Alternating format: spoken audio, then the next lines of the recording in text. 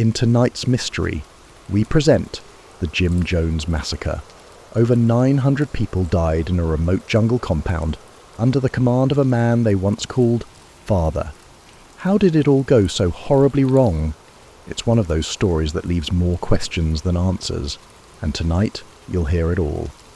So, before you get comfortable, take a moment to like the video and subscribe to the channel. Also, let us know where you're tuning in from and what time it is for you. Now, lie back, listen closely and drift off as the mystery unfolds. Picture this. It's 1955 and you're walking through Indianapolis on a Sunday morning.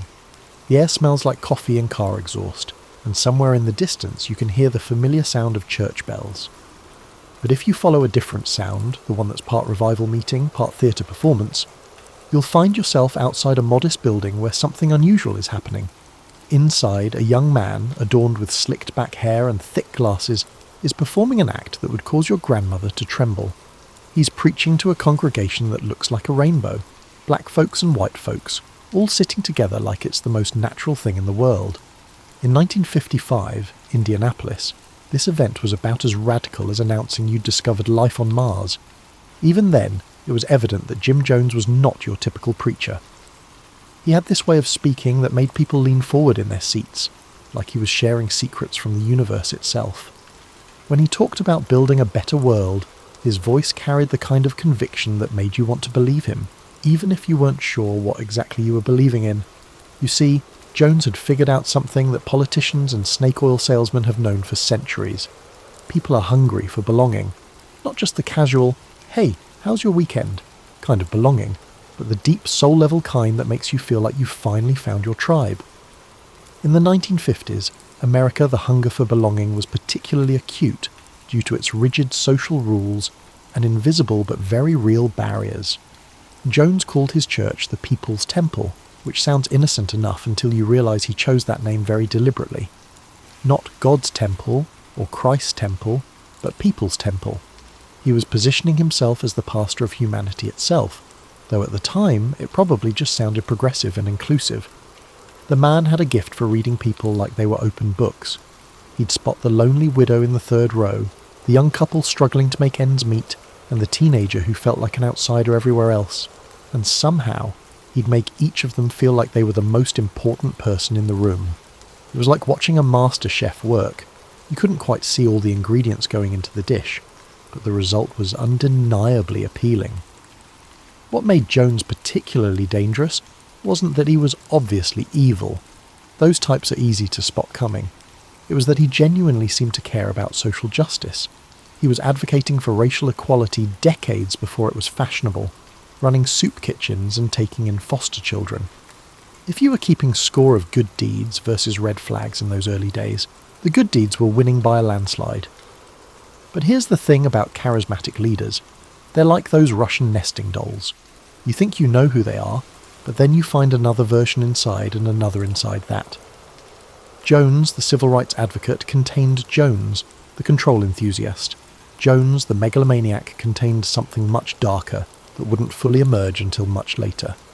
In the early 1960s, Jones relocated his operations to California, deciding that it would be more advantageous to establish a utopian community in a state with favourable weather conditions. He set up shop in Redwood Valley, a small town in Northern California that was about as far from the urban chaos of the era as you could get, without actually leaving civilization. The temple was growing, and with it Jones's ambitions. He wasn't content to just run a church anymore. He wanted to create a whole new way of living. He started talking about apostolic socialism, which was basically Christianity mixed with communist ideals, seasoned with a healthy dose of Jim Jones worship. It seemed as though someone had blended traditional religion, political revolution, and a personality cult to the utmost degree. And people were buying it. Hundreds of people, not just a handful, were embracing it. They were selling their houses, quitting their jobs, and moving to be closer to the temple. They were turning over their social security checks, their savings accounts, and their trust funds. They were signing custody of their children over to Jones. You might be wondering how intelligent, capable adults could make such drastic decisions. But that's the thing about gradual persuasion. It's like gaining weight. You don't notice it happening until one day you realise your pants don't fit anymore. Imagine you're feeling lost in your life. Maybe you're recently divorced, or you've just lost a job, or you're dealing with the kind of depression that makes getting out of bed feel like climbing Everest. Then someone comes along who not only understands your pain, but also offers you a purpose, a family, and a chance to change the world. Delivered by someone who seems to have all the answers, that's a pretty compelling sales pitch. Jones had mastered a technique that psychologists now refer to as love bombing, but back then, people simply referred to it as incredibly welcoming. New members were showered with attention, given important-sounding roles, and made to feel like they were part of something historic. It was like being invited to the coolest party in town, except the party never ended, and gradually you realised you weren't allowed to leave. The temple's daily routine was designed to keep people busy and connected. There were meetings every night, work projects during the day, and social activities that filled up any remaining free time. It was like being at summer camp, if summer camp lasted forever, and the counsellors gradually took over every aspect of your life. Jones was particularly skilled at creating artificial urgency. He'd receive visions about impending nuclear war, or he'd discover plots by government agencies to destroy the temple. These crises always seemed to require immediate action, usually involving more commitment, more donations, or more isolation from the outside world. It was like watching someone play a video game where the difficulty level kept increasing, except the players didn't realise they were playing a game. The social dynamics within the temple were fascinating in a disturbing way. Jones had created a system where loyalty to him was rewarded with status and privilege, while questioning anything was treated as a character flaw that needed to be corrected. Public confession sessions became a regular feature, where members would admit to thoughts or behaviours that showed insufficient devotion to the cause. It was akin to group therapy, but instead of promoting healing, it systematically undermined individuals. What's particularly chilling is how Jones used genuine social problems to justify increasingly extreme measures. He'd point to racism, poverty and violence in the outside world as evidence that the temple was the only safe space for his followers. Every news story about social unrest became proof that he was right about the need for radical change. It was like he was using the world's problems as marketing material for his cult. By the mid-1970s, Jones had perfected what he called revolutionary suicide, the idea that dying for the cause was more noble than living in a corrupt world. He'd have members drink what they thought was poison in fake drills to test their commitment. It was like fire drills, except instead of preparing for an emergency, they were rehearsing for mass suicide. The temple's financial operations were equally sophisticated.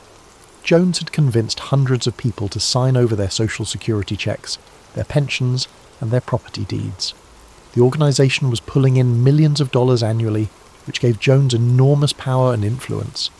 He used this money to buy politicians, silence critics, and create an image of the temple as a legitimate social justice organisation.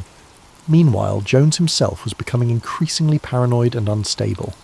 He was addicted to prescription drugs, sleeping very little, and becoming convinced that government agents were infiltrating his organisation. But instead of seeking help, he used his paranoia to justify even more extreme control over his followers.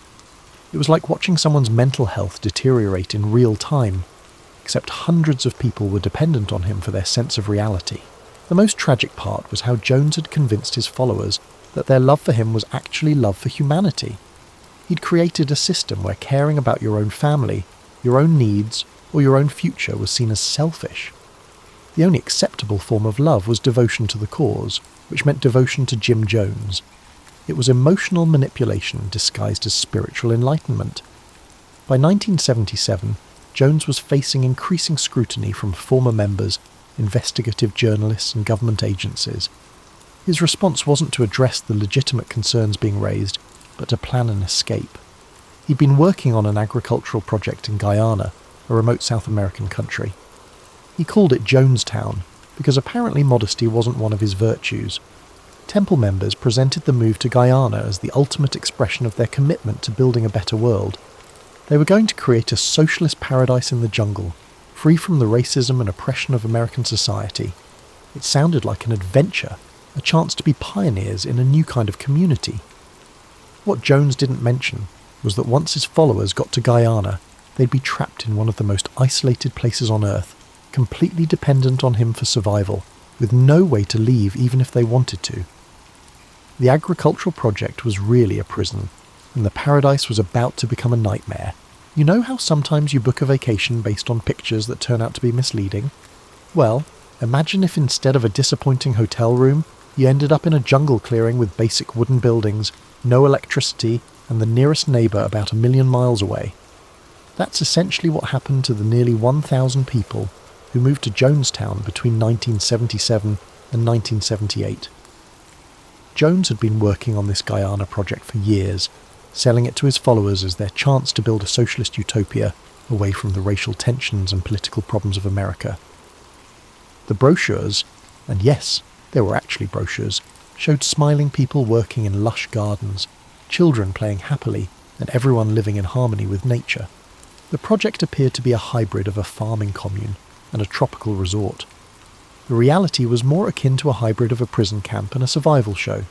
The buildings were basic wooden structures that let in every bug, snake, and tropical disease the jungle had to offer. The promised agricultural paradise was mostly cleared land where crops struggled to grow in soil that hadn't been properly prepared. The medical facilities consisted of a small clinic that was better equipped for treating homesickness than tropical diseases. But here's the thing about being trapped in an isolated location with a charismatic leader. You start to normalise things that would have seemed completely insane back home. When Jones announced that everyone would work 12-hour days in the fields, everyone was presented as contributing to the collective good. His mandatory evening meetings, which lasted until midnight, were dubbed revolutionary education. When he started controlling who could talk to whom, it was described as maintaining unity and focus. The daily routine at Jonestown was designed to keep people exhausted and dependent. You'd wake up at 6 a.m. to the sound of Jones's voice over the loudspeaker system. Yes, there were speakers throughout the camp broadcasting his messages constantly. After a quick breakfast of rice and beans, the menu didn't vary much, you'd head to the fields for manual labour that would make a prison work detail look like a leisurely stroll. Jones had figured out that physical exhaustion was one of the most effective forms of mind control. When people are tired, hungry and overwhelmed, they don't have the mental energy to question authority or think critically about their situation. It's like trying to solve complex math problems after running a marathon. Your brain just doesn't have the resources to function properly. The social dynamics in Jonestown were even more controlling than they had been back in California. Jones had informants throughout the community who reported on anyone who expressed doubts or complained about conditions. Private conversations were discouraged, and anyone caught spreading negativity would be subjected to public criticism sessions that could last for hours. It was like living in a fishbowl, except the fish were being constantly watched by other fish, who might turn them into the head fish. What made the situation particularly tragic was how Jones used people's genuine desire to help others as a weapon against them. He'd convince parents that their children would be better off in the communal nursery, then use the children as leverage to keep the parents in line. He'd tell people that their elderly relatives needed special care, then isolate those relatives so they couldn't share their concerns with family members. The medical situation at Jonestown was particularly disturbing. Jones was consuming massive quantities of prescription drugs, stimulants to keep him awake, sedatives to help him sleep, and various other medications to manage his increasingly erratic behaviour. But instead of getting proper treatment, he was being enabled by a small circle of loyalists who had convinced themselves that his drug use was somehow necessary for his leadership abilities. Meanwhile, the general population was dealing with tropical diseases, malnutrition, and injuries from the manual labour, all while being told that complaining about their health was a sign of weakness or disloyalty. The medical staff was overwhelmed and under-equipped, trying to treat serious conditions with basic supplies, and no way to evacuate patients who needed more advanced care. Jones had also instituted what he called extended family relationships, which was really a system of arranged partnerships designed to break down traditional family bonds and increase loyalty to him. People were encouraged to report on their family members if they showed signs of disloyalty, and children were taught to see Jones as their primary parent figure. It was like he was systematically dismantling every relationship that might compete with his authority. The communication with the outside world was completely controlled by Jones and his inner circle. Jones and his inner circle censored letters home, monitored phone calls and carefully managed visitors. Family members back in the United States were told that their loved ones were too busy building the new community to write often, and that they were happier than they'd ever been. It was like an entire community had been kidnapped, but the kidnappers were sending cheerful postcards to prevent anyone from noticing. By early 1978, some people were starting to realise that they'd made a terrible mistake. But leaving Jonestown wasn't as simple as buying a plane ticket. The nearest airport was hours away through jungle terrain, and Jones had convinced the Guyanese government that he was running a legitimate agricultural project that deserved protection. Anyone who tried to leave was told they were abandoning their commitment to social justice and betraying their fellow community members. The few individuals who succeeded in escaping recounted tales that appeared almost unreal. They recounted tales of armed guards, food shortages, and a leader who was evidently losing his sense of reality. However, many dismissed their accounts as the complaints of individuals unable to cope with the challenges of establishing a new society. Jones, meanwhile, was becoming increasingly paranoid about outside interference. He was convinced that government agents were planning to destroy Jonestown, and he began preparing his followers for what he called revolutionary suicide. The idea that dying for the cause was preferable to being captured or destroyed by enemies. It was like he was writing the script for a tragedy, and casting his followers as the unwilling actors. You know that feeling when you're in a relationship that's gone bad, but you've invested so much time and energy that leaving feels impossible. Imagine a scenario where not only your romantic life is at risk, but also your entire sense of identity, your family, your future, and potentially your entire life. That's what it was like for the people trapped in Jonestown as 1978 wore on. By this point, Jones wasn't even pretending to be a legitimate religious leader anymore.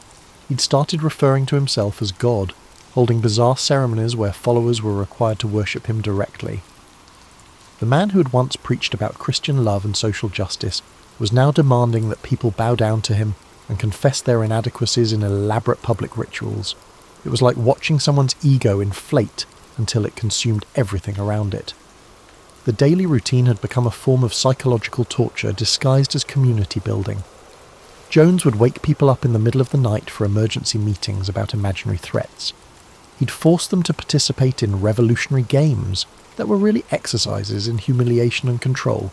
He'd separate families, reassign living arrangements, and change work assignments seemingly at random, all while insisting that these changes were necessary for the greater good. What made the situation particularly cruel was how Jones used people's own values against them. He'd convince parents that true love meant allowing their children to be raised by the community rather than forming selfish attachments. He'd tell people that their desire to contact family members back home was evidence of bourgeois sentimentality that needed to be overcome. He'd frame every natural human instinct as a character flaw that required correction.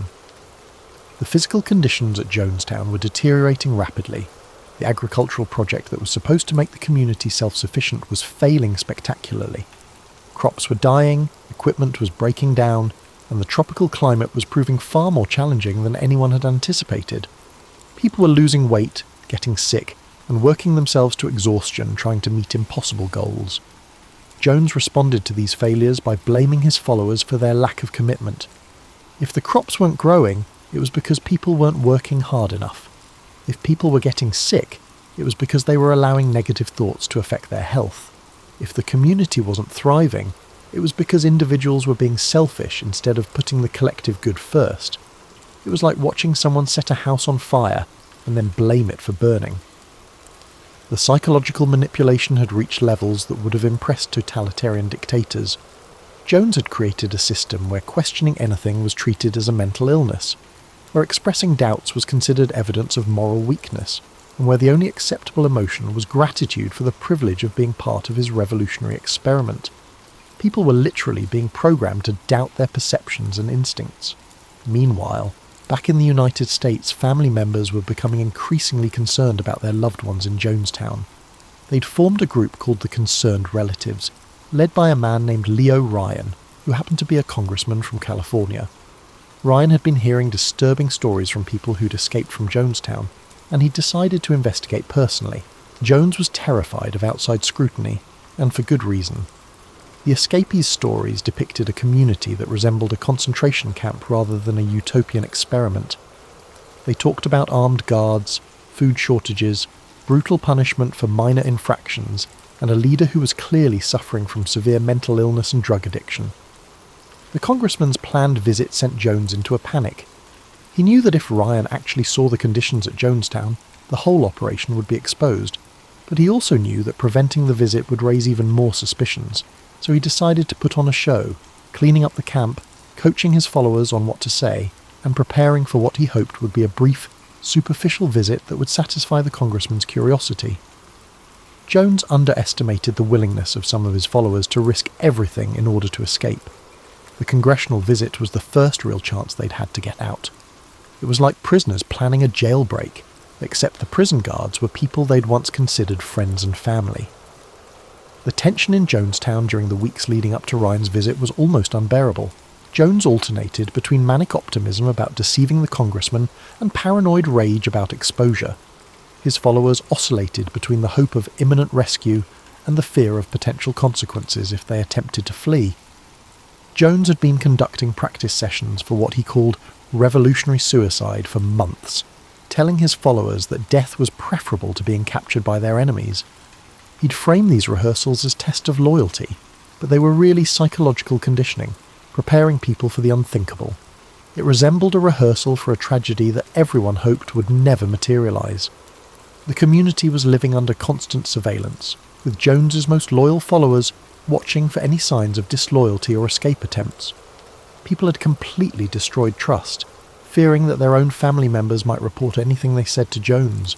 It was like living in a police state, except the police were your neighbours, and the dictator was someone you'd once loved and trusted. As November 1978 approached, everyone in Jonestown could feel that something was about to happen. Jones was becoming increasingly erratic, his speeches more paranoid and threatening. The armed guards were more visible, the rules more strict, and the punishments more severe. It was like watching a pressure cooker building toward an explosion, except no one knew exactly when or how it would happen. The people trapped in Jonestown were about to face the ultimate test of their survival instincts, and many of them had been so thoroughly manipulated that they no longer trusted their judgment about what survival even meant. November the 17th, 1978, started like any other day in Jonestown, which is to say it started with Jim Jones's voice crackling over the loudspeaker system at dawn, reminding everyone that they were part of something greater than themselves. But you could feel the tension in the air, thick as the jungle humidity. Today was different because today, Congressman Leo Ryan was coming to visit. Jones had been preparing for this moment for weeks, coaching his followers on what to say and how to act. The settlement had been cleaned up, most obviously sick people had been hidden away, and everyone had been reminded that the future of their revolutionary experiment depended on convincing Ryan that everything was wonderful. It was like preparing for the world's most important job interview, except the consequences of failure were unthinkable.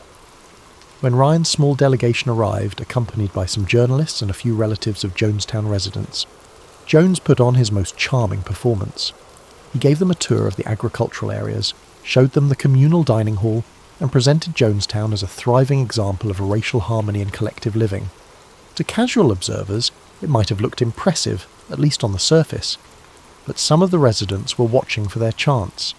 A few brave souls had been planning for this moment, knowing it might be their only opportunity to escape. They were taking enormous risks. Jones had stressed that anyone who tried to leave would be considered a traitor to the cause, and traitors face severe consequences. It was like planning a jailbreak where the guards were your family members. The visit was supposed to be brief and ceremonial, but it quickly became clear that some people wanted out. A family named the Parks approached Ryan's delegation and quietly asked for help leaving. Then others began to step forward, despite the obvious terror in their eyes. It was like watching people finally find the courage to admit that their marriage was abusive, except the stakes were life and death. Jones tried to maintain his composure, but you could see the panic in his eyes. His carefully orchestrated performance was falling apart, and with it, his control over the situation. He started making increasingly desperate attempts to convince people to stay, alternating between pleading and veiled threats. It was like watching a skilled actor forget his lines in the middle of the most important performance of his career. As the day wore on, more people gathered the courage to approach Ryan's group. They were afraid, but they were more afraid of staying than of leaving. Some had family members who refused to go with them, creating heartbreaking scenes of families being torn apart by impossible choices. Others were prevented from leaving by armed guards who were still loyal to Jones. The situation reached a breaking point when Jones realised he couldn't control the narrative anymore. Too many people were asking to leave, and the journalists were asking too many difficult questions. The facade of the happy, voluntary community was crumbling, and Jones knew that once the truth got out, everything would be over. In the late afternoon, Ryan's delegation prepared to leave, taking with them about 20 people who had asked for help escaping. They headed to the small airstrip that served as Jonestown's connection to the outside world, probably thinking the worst was over. They had no idea that Jones was about to make a decision that would turn their rescue mission into a massacre. As the group waited at the airstrip for their plane to be ready, Jones was back at the settlement, making frantic preparations for what he called revolutionary suicide. He'd been planning for this moment for months, stockpiling the materials he'd need and conditioning his followers to see death as preferable to capture. It was like he'd been writing the final act of a tragedy and was now ready to stage the performance. The attack at the airstrip came suddenly and without warning. Armed men loyal to Jones opened fire on the delegation, killing Congressman Ryan, 3 journalists and 1 of the defectors. Others were wounded but managed to hide in the jungle until help arrived. It was like a war movie, but real, and it was happening to people who came to help. Back at Jonestown, Jones gathered his followers in the central pavilion and told them that the attack on Ryan's group meant they were now at war with the United States government. He claimed that soldiers would be coming to torture and kill them, and that their only option was to die with dignity on their own terms. It was the ultimate manipulation, using people's fear of a terrible fate to convince them to choose an even worse one.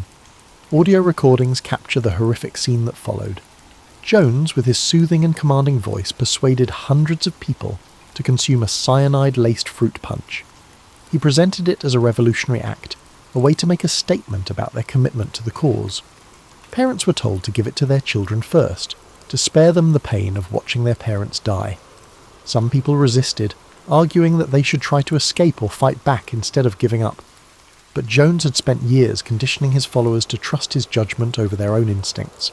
He'd created a system where questioning his decisions was seen as disloyalty, and where disloyalty was the worst possible sin. Even in this final moment, many people couldn't bring themselves to defy him. The few survivors later described scenes of absolute horror, people convulsing and dying while Jones continued to speak over the loudspeaker, telling them they were doing something beautiful and revolutionary. Children were crying, parents were screaming, and through it all, Jones kept insisting that the event was a moment of triumph rather than tragedy. Within hours, more than 900 people were dead, including over 300 children. The agricultural project that was supposed to create a better world had become the site of the largest mass murder-suicide in modern history. The man who had once preached about love and social justice had led his followers into the ultimate act of destruction. The world was rocked by the news of the Jonestown tragedy. When the first reports came in about a mass suicide in the jungles of Guyana, most people couldn't process what they were hearing. Was the death toll over 900? The death toll included hundreds of children, at the hands of a religious leader who had convinced them to drink poisoned punch. It sounded like something from a horror movie, not something that could happen in real life. The images that emerged from the scene were haunting beyond description.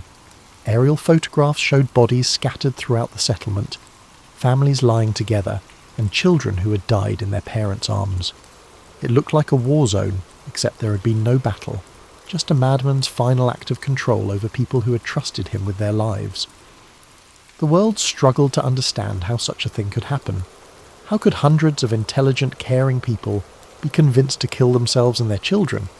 Dismissing them all as crazy or gullible was an easy answer, but it didn't explain how a diverse group of teachers, nurses, social workers, and other professionals could all succumb to the allure of a charismatic leader. The investigation that followed revealed the full scope of Jones's operation. The People's Temple had been pulling in millions of dollars annually, much of it from social security checks and property sales by members who had turned over their entire lives to the organisation. Jones had used this money to buy political influence, silence critics, and create the infrastructure for his jungle prison. It was like discovering that a charity organisation had really been a sophisticated criminal enterprise. The few survivors who had escaped the final tragedy began to tell their stories, and a picture emerged of systematic psychological manipulation that had taken place over many years. People hadn't just decided one day to follow Jones to Guyana and die for his cause. They'd been gradually conditioned, isolated from outside influences, and broken down until they couldn't trust their judgment anymore. Family members who had lost loved ones at Jonestown found themselves grappling with unfathomable emotions. They were grieving, but they were also angry. At Jones, at themselves for not intervening sooner, and at a system that had allowed such a thing to happen. They had been trying to get their relatives out of the temple for years, but were told they were the ones with the problem and didn't understand the beautiful community their loved ones had found. The psychological community began studying what had happened at Jonestown as a way to understand how mass manipulation works. They identified patterns that Jones had used: love-bombing new recruits, gradually increasing commitment levels, isolating people from outside influences, and creating an us versus them mentality that made questioning the leader feel like betraying the group. What made the Jonestown tragedy particularly disturbing was how Jones had used people's best impulses against them. He'd attracted followers by appealing to their desire for social justice, racial equality, and community service. He'd convinced them that their willingness to sacrifice for others was evidence of their moral superiority. Then he'd gradually redefined sacrifice until it meant giving up everything: their money, their relationships, their autonomy, and finally their lives. The political implications were also significant. Jones had established political connections with prominent politicians who had praised his work with the poor and marginalised. The revelation that he'd been running a cult that ended in mass murder was embarrassing for many public figures who had associated themselves with the People's Temple. It was like discovering that a respected charity had been a front for organised crime. Religious communities also had to grapple with the implications of what had happened. Jones had started as a legitimate minister, and the People's Temple had been affiliated with mainstream Christian denominations. The tragedy raised uncomfortable questions about how religious authority could be abused, and how communities could protect themselves from charismatic leaders who might have dangerous intentions. The media coverage of Jonestown was intense and often sensationalised. The phrase "drinking the Kool-Aid" entered popular culture as a way to describe blind obedience to authority. Though most people who use the phrase don't realise they're referencing a tragedy where hundreds of children died, it was like turning a mass murder into a cultural meme, which somehow made it feel less real and more distant. The fact that most of the people responsible for the tragedy had already died complicated the legal aftermath. After orchestrating the mass suicide, Jones shot himself, leading to the deaths of many of his top lieutenants. The few survivors who could have faced criminal charges were either obvious victims themselves or had played such minor roles that prosecution appeared futile. The Guyanese government, which had allowed Jones to establish his settlement, faced questions about how they had been deceived and whether they bore any responsibility for what had happened. They had seen the People's Temple as a legitimate agricultural project that would bring investment and development to a remote area of their country. Instead, they had unknowingly provided the location for one of the most horrific mass murders in history. International law enforcement agencies began to pay more attention to religious movements that operated across national boundaries. The Jonestown tragedy had shown how a cult leader could use multiple countries' jurisdictions to avoid scrutiny and create situations where followers could be completely isolated from help or oversight. Mental health professionals began developing a better understanding of how to help people who had been involved in high-control groups. They learned that survivors often suffered from complex trauma that combined elements of abuse, brainwashing, and survivor's guilt. Recovery required not just healing from the psychological damage, but also rebuilding the ability to trust their own judgment and form healthy relationships. When you truly reflect on Jonestown, it's clear that it wasn't a tale of blatantly evil individuals engaging in blatantly evil actions. It was a story about how good intentions can be weaponized, how the desire to belong can be turned into a trap, and how the very human need for meaning and purpose can be manipulated by someone who understands those needs better than his victims understand them themselves. The people who followed Jim Jones into the jungle weren't stupid or weak. They were teachers and nurses, parents and grandparents, people who had dedicated their lives to helping others and making the world a better place. They were the kind of people you'd want as neighbours, the kind who would bring you soup when you were sick and organise fundraisers for local charities. That's what makes their fate so terrifying. If it could happen to them, it could happen to anyone. In the decades since Jonestown, we've learned a lot about how cults operate, but we haven't necessarily gotten better at preventing them. The internet has made it easier for charismatic leaders to find vulnerable people and gradually draw them into isolated communities. Social media algorithms can create echo chambers that reinforce extreme beliefs. The same psychological vulnerabilities that Jones exploited in the 1970s are still present today, just in different forms. The warning signs that experts now recognise were all there in the People's Temple's evolution.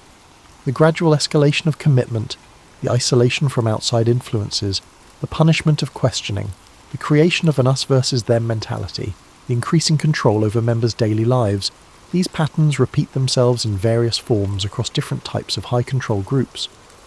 What's particularly haunting is how Jones used the language of love and social justice to justify increasingly extreme demands.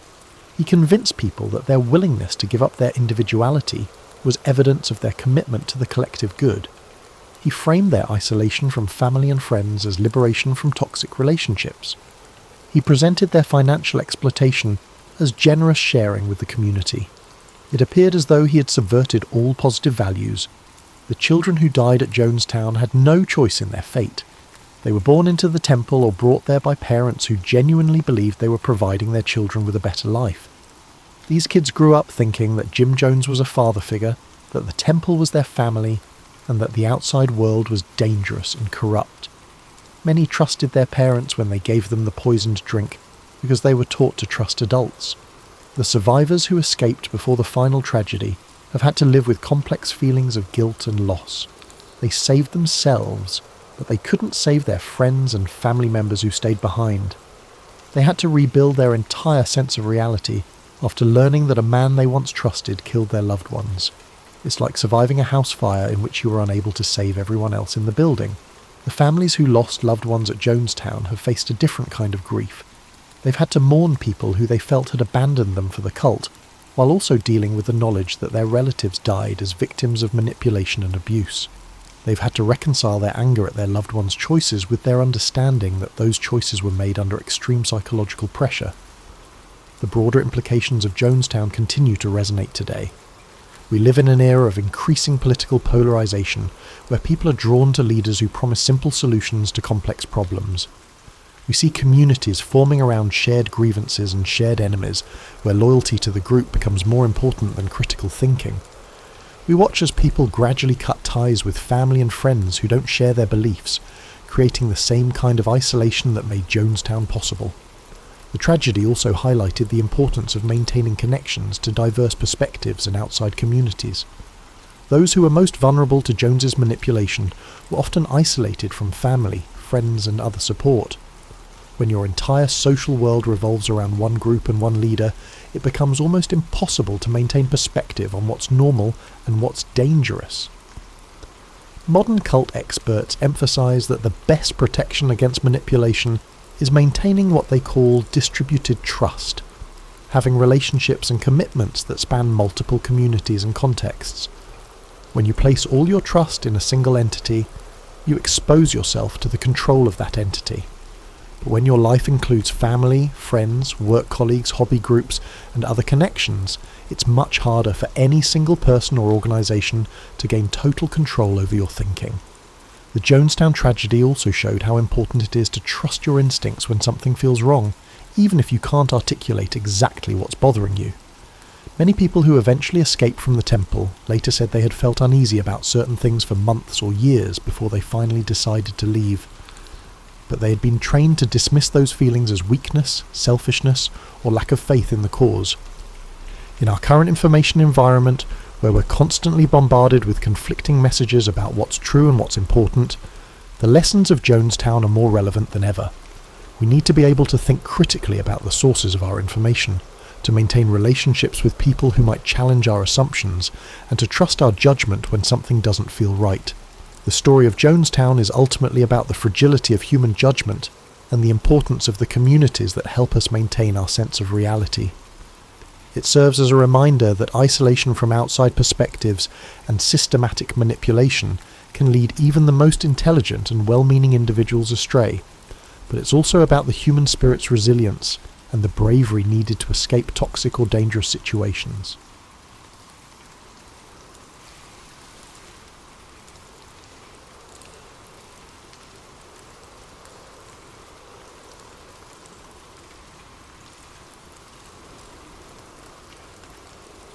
In the annals of military history, few disappearances have captured the imagination quite like that of Rome's Ninth Legion, the Legio Ninth Hispana.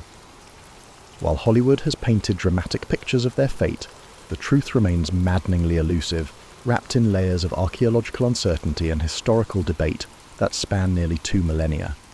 The Ninth Legion wasn't just another military unit. Formed around 65 BCE, they earned their surname Hispana through brutal campaigns in Spain, where they learned to fight in terrain that would later define their mysterious end. These weren't parade-ground soldiers, but battle-hardened veterans who had survived Gallic wars, Germanic tribes, and the treacherous politics of late Republican Rome. By the time they arrived in Britain around 43 CE with Emperor Claudius's invasion force, they carried with them a reputation forged in blood and conquest. Their early years in Britain were marked by both triumph and disaster. In 60 CE, Queen Boudicca's rebellion caught the Roman administration completely off guard. While Governor Suetonius Paulinus was busy destroying Druid strongholds on Anglesey, the Iceni queen had united multiple tribes in a coordinated uprising that would claim an estimated 70,000 Roman lives. The Ninth Legion, stationed at Lindum Colonia, modern Lincoln, received desperate orders to march south and relieve the besieged settlements. What happened next reveals the calibre of men we're dealing with. Marching with approximately 2,000 infantry and 500 cavalry, they encountered Boudicca's forces somewhere in the fenlands of East Anglia. The engagement was catastrophic. Boudicca's warriors, fighting for their homeland and families, overwhelmed the Roman column. Most of the infantry were slaughtered, their eagle standard nearly captured. Only the cavalry and a handful of foot soldiers managed to fight their way back to their fortified base. For most legions, such a defeat would have meant disbandment and disgrace. The Ninth Legion rebuilt. New recruits arrived from the continent, veteran centurions were transferred from other units, and within a decade they were back to full strength. This resilience makes their eventual disappearance all the more perplexing. By 108 CE, the Ninth Legion was stationed at Iberacum, modern York, serving as the primary military force in northern Britain. Hadrian's Wall wouldn't be built for another decade, and the frontier remained a volatile patchwork of Roman forts, allied tribes and hostile territories. Archaeological evidence from York shows a legion at the height of its power. Elaborate barracks, sophisticated bathhouses, and workshops producing everything from armour to decorative pottery. The men of the Ninth weren't just soldiers, they were colonisers in the truest sense. Many had British wives and children, owned property, and had invested their savings in local businesses. Inscriptions found throughout northern England show legion members dedicating altars to both Roman and Celtic gods, suggesting a degree of cultural integration that goes beyond mere military occupation. Yet for all their apparent stability, the Ninth Legion existed in a landscape of constant tension. Recent archaeological work at sites like Vindolanda has revealed the reality of frontier life through preserved wooden tablets, personal letters, duty rosters, and intelligence reports that paint a picture of an army under constant strain. Requests for reinforcements, complaints about inadequate supplies, and references to barbarian raids appear regularly in these documents. The last definitively dated inscription mentioning the Ninth Legion appears on a building stone from York, dated to approximately 108 CE. After that date, the historical record becomes frustratingly sparse. Some scholars point to later inscriptions that might reference the legion, but these are disputed and fragmentary. What we know with certainty is that by 122 CE, when Hadrian arrived in Britain to oversee the construction of his wall, the Ninth Legion was no longer stationed at York. This absence is made more significant by what replaced them. The 6th Legion Victrix arrived from Germany around 122 CE and took over the Ninth's facilities at York. Military transfers of this magnitude required extensive planning and official documentation, yet no records survive explaining what happened to the 5,000 men of the Ninth Legion. They simply vanish from the historical record, leaving behind only their abandoned fortress and a mystery that has endured for 19 centuries. The absence of documentation surrounding the Ninth Legion's fate is perhaps more telling than any dramatic account of their destruction. Rome was a bureaucratic empire that recorded everything from grain shipments to gladiator expenses, with meticulous detail. Legion movements, casualties and disbandments were matters of state importance, documented in multiple copies and distributed across the Imperial administration. The complete silence surrounding the Ninth suggests something so catastrophic or embarrassing that it was deliberately erased from official records. Consider the context of early 2nd century Britain. Emperor Trajan's aggressive expansion policies had stretched Roman resources thin across multiple frontiers. In Dacia, Germania and the East, legions were engaged in costly campaigns that demanded constant reinforcements. Britain, despite its wealth in minerals and slaves, remained a net drain on imperial resources.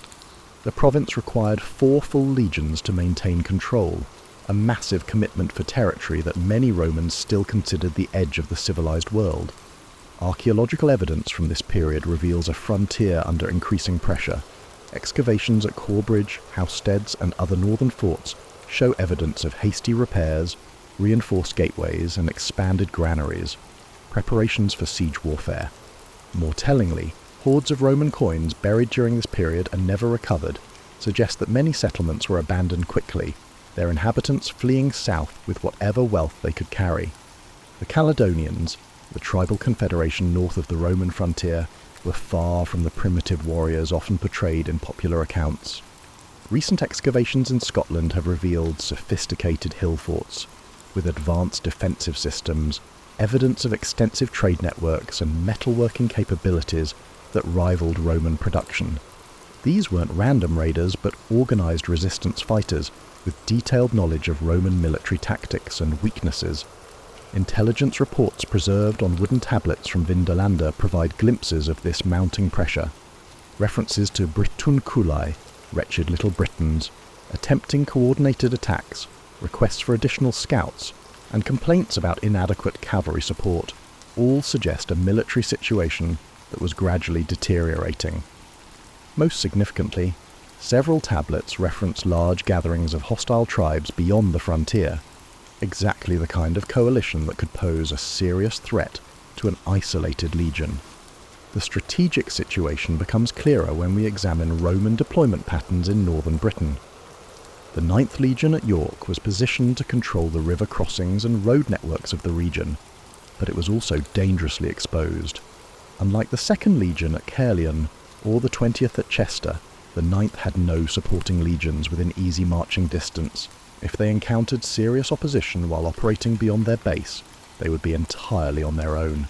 Their enemies may have been precisely anticipating this isolation. Celtic warfare, particularly in the terrain of northern Britain, favoured mobility, ambush, and the kind of hit-and-run tactics that could bleed a legion dry without ever offering the pitched battle that Roman military doctrine was designed to win. The forests and moorlands beyond York provided perfect cover for this type of warfare. Recent analysis of pollen samples from the Yorkshire Dales and North Pennines shows significant reforestation during the early 2nd century, evidence that Roman agricultural settlements were being abandoned and returning to wilderness. This suggests that whatever was happening in the north was serious enough to drive civilian populations away from areas that had been peacefully occupied for decades. The timing of the 9th Legion's disappearance coincides with other troubling developments across the empire. Dio Cassius mentions serious losses in Britain during Hadrian's reign, though he doesn't specify which units were affected. The Historia Augusta, while notoriously unreliable, references military disasters in Britain that required extensive reinforcements from Germany. Most intriguingly, several sources mention that Hadrian himself was forced to take personal command of military operations in Britain, something emperors only did in cases of extreme crisis. The archaeological record from York itself provides additional clues. Layers of ash and destruction debris dated to approximately 115 to 120 CE suggest that the fortress suffered some kind of catastrophic event. While the cause could have been an accidental fire, the pattern of destruction and the immediate abandonment of certain areas suggest violence. Even more puzzling, the Legion left behind many of its personal possessions, including jewellery, religious items, and even weapons that would have been valuable to retreating soldiers. The silence that surrounds the 9th Legion's fate extends beyond official Roman records. British tribal traditions, usually rich with accounts of victories over Roman forces, contain no clear references to destroying an entire legion. This absence is particularly strange, given that such a victory would have been celebrated for generations and incorporated into the oral histories that later chroniclers like Geoffrey of Monmouth drew upon for their medieval accounts. The most persistent theory about the Ninth Legion's fate, that they were wiped out in a catastrophic battle somewhere in Scotland, has captured popular imagination for good reason. It fits our understanding of Roman military disasters and provides a dramatic conclusion to their story. But the reality, as revealed through decades of archaeological investigation, is far more complex and troubling than any simple narrative of military defeat. The annihilation theory gained credibility from parallels with other well-documented Roman disasters. The destruction of Varus's 3 legions in the Teutoburg forest in 9 CE demonstrated that even experienced Roman forces could be completely overwhelmed when lured into unfavourable terrain by determined enemies. The loss of nearly 20,000 men in a single campaign shocked the empire and led to fundamental changes in frontier policy. Could something similar have happened to the 9th Legion in the forests and highlands of Scotland? Archaeological evidence from Scotland provides tantalising hints that major military operations were indeed taking place during the period of the 9th Legion's disappearance. Excavations at sites such as Inchtuthil have uncovered massive Roman fortifications, hastily abandoned around 110 CE. These weren't temporary marching camps, but substantial bases designed for long-term occupation, suggesting that Rome was planning permanent expansion into Scotland. The construction and subsequent abandonment of these Scottish forts tells a story of ambitious plans gone wrong. Inchtuthil, located on the River Tay about 60 miles north of the current Scottish border, was designed to house an entire legion. Its builders even installed sophisticated underground heating systems and began construction of a hospital complex. However, within a few years, they systematically demolished the site, burying or destroying its valuable materials instead of leaving them for enemy use. This pattern of construction, followed by rapid abandonment, appears at multiple sites throughout Scotland. At Stracathro, Cardion, and Camelon, archaeologists have found evidence of Roman bases that were occupied for only a few years before being deliberately destroyed. The speed and thoroughness of these demolitions suggest that the withdrawal wasn't planned, but forced by military necessity. But here's where the annihilation theory begins to break down. Roman military disasters, however catastrophic, always left archaeological traces. The Teutoburg forest has yielded thousands of artifacts from the destroyed legions, weapons, armour, coins, and personal effects scattered across the battlefield. Similar evidence exists for other documented defeats, from Carhae to Adrianople. If the battle destroyed the 9th Legion, where are the material remains? Intensive archaeological surveys of the Scottish Highlands, using everything from metal detectors to ground-penetrating radar, have failed to locate any concentration of Roman military equipment that might indicate a major battlefield. This absence is particularly puzzling given the excellent preservation conditions in Scottish peat bogs, which have preserved organic materials for thousands of years. The logistical challenges of destroying an entire legion also deserve consideration. The 9th Legion at full strength comprised approximately 5,000 men, plus auxiliary troops and camp followers. This wasn't a small raiding party that could disappear without a trace, but a small army with massive supply requirements. Any campaign capable of destroying such a force would necessarily involve thousands of enemy warriors and would have generated legends and stories that should have survived in Celtic oral tradition. Recent analysis of Caledonian weapon technology suggests that while these tribes were formidable opponents, they lacked the organisational capability to coordinate the kind of massive assault required to overwhelm a full legion. Their strength lay in mobility and guerrilla tactics, not the concentrated firepower needed for a decisive battle. Archaeological evidence shows they were master ambushers and raiders, but there's no indication they could have fielded the 15,000 to 20,000 warriors necessary to guarantee victory against a prepared Roman force. The terrain itself presents additional problems for the annihilation theory. Scotland's mountains and forests would have made it nearly impossible for enemies to prevent survivors from escaping. Roman military doctrine emphasised tactical withdrawal when facing overwhelming odds, and even in disasters like Teutoburg Forest, significant numbers of soldiers managed to fight their way back to Roman territory. For the entire 9th Legion to be eliminated, they would have had to be trapped in terrain that allowed no escape, a scenario that seems increasingly unlikely given what we know about their deployment and tactics. Perhaps most puzzling of all is the timing. Why did the Romans not respond immediately after the 9th Legion's destruction in a major battle? Historical precedent suggests that legion losses triggered massive retaliation campaigns. The destruction of Varus's legions led to years of punitive expeditions under Germanicus. The loss of even part of a legion typically resulted in immediate reinforcement and revenge operations. Yet there's no evidence of increased Roman military activity in Scotland following the 9th Legion's disappearance. Instead, the archaeological record shows Roman withdrawal from advanced positions and the adoption of a more defensive posture. This pattern suggests not a sudden military disaster, but a gradual recognition that the costs of expansion outweighed the benefits.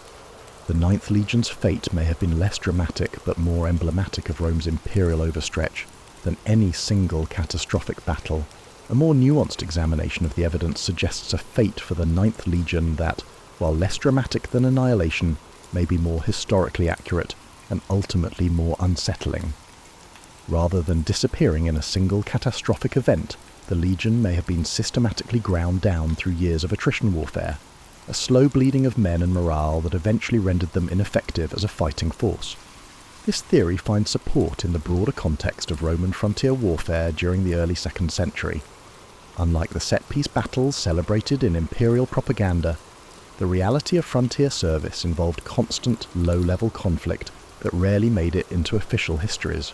Patrols that never returned, supply convoys ambushed in mountain passes, isolated outposts overrun in the night. These small defeats accumulated over time, creating a cumulative effect that could be more devastating than any single battle. The wooden tablets from Vindolanda provide a window into this reality. Between requests for warm clothing and complaints about beer quality, we find references to missing patrols, requests for replacement officers, and ominous mentions of areas that had become too dangerous for routine operations. One particularly telling document requests information about soldiers who had been detached from their units and never returned, a bureaucratic euphemism that likely masked casualties too numerous or embarrassing to report in detail. Archaeological evidence from northern England supports this picture of gradual deterioration. Roman sites dating to the early 2nd century show increasing evidence of fortification, not the confident expansion typical of successful conquest, but the defensive preparations of an army under pressure. Watchtowers were built closer together, supply routes were rerouted to avoid vulnerable terrain, and civilian settlements were relocated behind military lines. The demographic evidence is particularly revealing. Studies of tombstone inscriptions from northern England show a marked increase in military deaths during the period 100 to 120 CE. Disease or accidents may account for individual deaths, but the statistical pattern indicates systematic losses surpassing normal replacement rates. More significantly, these inscriptions show an increasing reliance on foreign recruits, men from Germany, Gaul, and even North Africa, suggesting that local recruitment could no longer maintain legion strength. This manpower crisis wasn't unique to Britain. Across the empire, Rome was struggling to maintain military strength as the costs of expansion outgrew the benefits. Trajan's Dacian campaigns had consumed enormous resources, and his eastern adventures had ended in strategic failure. The imperial system that had sustained centuries of expansion was showing signs of strain, and frontier provinces like Britain were particularly vulnerable to resource shortages. The 9th Legion's position at York made them especially susceptible to this kind of gradual attrition. As the northernmost major Roman base, they bore primary responsibility for monitoring and responding to tribal movements across a vast area. Their task meant constant patrolling, frequent small-scale operations, and the kind of distributed deployment that maximized exposure to enemy action, while minimizing mutual support between units. Recent computer modelling of Roman patrol patterns in northern England, based on archaeological evidence of road networks and fort positions, suggests that the 9th Legion was operating at unsustainable levels. To cover their assigned territory effectively, They would have needed to maintain dozens of simultaneous operations, with small detachments scattered across hundreds of square miles. This deployment pattern, while necessary for controlling the region, left individual units vulnerable to concentrated enemy attacks. The enemy they faced had adapted specifically to exploit this vulnerability. Celtic warriors had centuries of experience fighting Romans, and had learned to avoid the pitched battles where Roman discipline and equipment provided decisive advantages. Instead, they perfected ambush tactics, hit-and-run raids, and the kind of psychological warfare that could break down unit cohesion over time. Intelligence reports from the period describe increasingly sophisticated enemy operations. Rather than random raids, Roman commanders were facing coordinated campaigns that targeted specific vulnerabilities: supply lines, isolated outposts, and communication networks. The Caledonians had learned to fight a war of attrition, using their knowledge of local terrain and Roman deployment patterns to inflict maximum casualties while avoiding decisive engagement. Perhaps most significantly, they had learned to target Roman morale. Instead of simply killing captured soldiers, they subjected them to ritual torture and public execution, aiming to terrorize other Roman forces. Bodies were left in locations where they would be found by Roman patrols, often mutilated in ways that conveyed specific messages about the fate awaiting invaders. This psychological warfare proved especially effective against troops who were already fatigued and operating in remote areas. The cumulative effect of these pressures would have been devastating to unit effectiveness. As experienced soldiers were lost and replaced by raw recruits, institutional knowledge disappeared. As morale declined, desertion rates increased. As recruitment became more difficult, unit strength fell below effective levels. Eventually, what remained of the 9th Legion would have been a hollow shell, still officially existing, but no longer capable of meaningful military operations. The most prosaic explanation for the 9th Legion's disappearance may also be the most historically accurate. They were transferred elsewhere in the Empire, and subsequently destroyed in campaigns so distant from Britain that their fate never became part of British historical tradition. This theory, while lacking the dramatic appeal of annihilation narratives, finds support in Roman administrative practices and the broader strategic situation of the early 2nd century. Rome routinely transferred military units across vast distances to meet emerging threats or capitalize on new opportunities. The Empire's military system depended on this flexibility, with legions moving from Britain to Germany and from Spain to Syria as imperial priorities shifted. These transfers weren't always well documented, particularly when they involved urgent responses to crisis situations. Evidence for this theory comes from an unexpected source: inscriptions found in the Netherlands dating to approximately 120 CE. These fragmentary texts reference soldiers from the 9th Legion in contexts that suggest active service rather than veterans settled in retirement colonies. While the inscriptions are incomplete and their interpretation disputed, they raise the possibility that at least part of the Legion survived to serve elsewhere in the Empire. More compelling evidence comes from the eastern provinces, where recent archaeological work has uncovered tombstone inscriptions that may reference former members of the 9th Legion. These monuments, found in locations ranging from Jordan to Armenia, commemorate soldiers whose career histories include service in Britain during the relevant time. While none explicitly mention the 9th Legion by name, the career patterns are consistent with men who might have been transferred from Britain to serve in Trajan's eastern campaigns. The strategic situation would have justified such a transfer. Trajan's Parthian War, 114 to 117 CE, was consuming enormous resources and experiencing significant setbacks. Roman forces in Mesopotamia were facing determined resistance from both Parthian armies and local populations. The campaign that was supposed to secure Rome's eastern frontier had instead created a military crisis that demanded immediate reinforcement. Transferring an entire legion from Britain to the east would have made strategic sense. The 9th Legion had extensive experience with guerrilla warfare and unconventional enemies, exactly the kind of expertise needed in Mesopotamia. Their departure from Britain could have been presented as temporary, a strategic redeployment to meet immediate needs, with promises of eventual return that were never fulfilled. The administrative machinery existed to accomplish such a transfer with minimal documentation. Emergency powers granted to field commanders during active campaigns allowed them to requisition resources, including military units, without the usual bureaucratic procedures.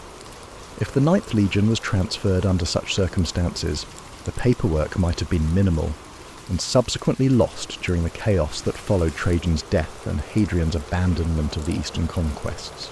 Archaeological evidence from the Roman East provides tantalizing hints of large-scale troop movements during this period. Excavations at military sites in Syria and Jordan have revealed massive construction projects dating to 115 to 120 CE, suggesting the arrival of significant reinforcements. More significantly, these sites show evidence of Northern European construction techniques and organisational patterns that are characteristic of British-based legions. The fate of transferred legions in the East is well documented and universally grim. Roman forces in Mesopotamia faced not only military opposition, but also environmental challenges that proved devastating to European troops. Heat, disease, and unfamiliar terrain combined to create casualty rates that far exceeded anything experienced on the northern frontiers. Entire units that had served successfully for decades were wiped out within months of arrival in the desert. Recent analysis of Roman military records from the eastern provinces reveals the systematic destruction of multiple military units during Trajan's campaigns. The 22nd Legion Deotariana disappears from records during this period, as do several auxiliary cohorts and cavalry units.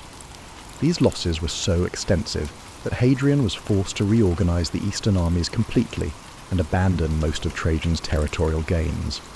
If the 9th Legion was indeed transferred to the east, their destruction would have been neither unique nor particularly noteworthy in the context of the broader military disaster that Trajan's eastern adventure had become. Their loss would have been recorded as part of the general catastrophe, rather than attributed to their specific unit identity, explaining why no clear record of their fate survives in sources focused on British history.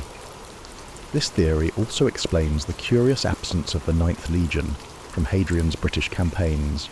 When the emperor arrived in Britain in 122 CE to address the deteriorating security situation, he brought with him the 6th Legion from Germany to replace the missing 9th. If the 9th had been destroyed in Britain, their replacement would likely have been framed as reinforcement rather than substitution. The clean administrative transfer suggests a planned replacement of a unit that was expected to be unavailable for British service. The replacement pattern itself provides additional evidence.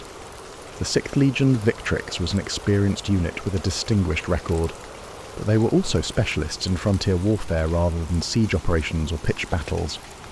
This suggests that Roman planners expected them to face the same kind of irregular warfare that had characterized British operations during the 9th Legion's tenure, exactly what we would expect if the 9th had been transferred rather than destroyed.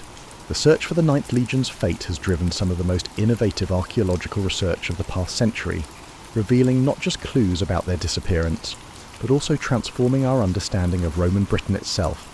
Modern techniques from ground-penetrating radar to DNA analysis of ancient remains have painted an increasingly complex picture of frontier life that challenges traditional narratives about Roman military efficiency and imperial control. Excavations at York, the 9th Legion's last known base, have revealed a fortress in transition during the crucial period of 110 to 120 CE. Rather than the orderly abandonment suggested by traditional histories, the archaeological evidence points to a more chaotic departure.